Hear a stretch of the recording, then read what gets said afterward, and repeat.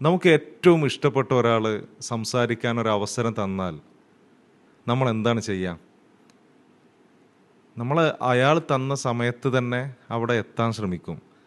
കൂടുതൽ സമയം നമ്മൾ വളരെ അധികം ആഗ്രഹിച്ച് ചെല്ലുമ്പോൾ തീർച്ചയായും കൂടുതൽ സമയം അയാളുമായി സംസാരിക്കാനാണ് ശ്രമിക്കുക. ആ സമയത്ത് നമുക്ക് ധൃതി ഉണ്ടാവില്ല, തിരക്കുണ്ടാവില്ല, മറ്റു ചിന്തകൾ നമ്മുടെ മനസ്സിലേക്ക് കയറി വരില്ല.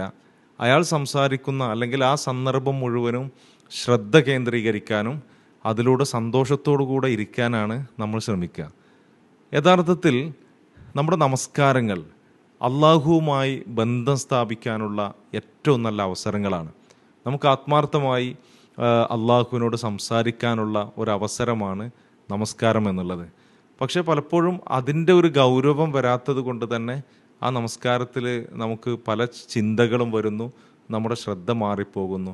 അതിൽ നിന്ന് വ്യത്യസ്തമായി അള്ളാഹുവിനോട് കണക്ഷൻ ഉണ്ടാക്കാനുള്ള ഏറ്റവും നല്ല സന്ദർഭമാണ് നമസ്കാരം എന്ന് മനസ്സിലാക്കിക്കൊണ്ട് തന്നെ നമ്മുടെ നമസ്കാരങ്ങളുമായി മുന്നോട്ട് പോകാനാണ് നമ്മൾ ശ്രമിക്കേണ്ടത്.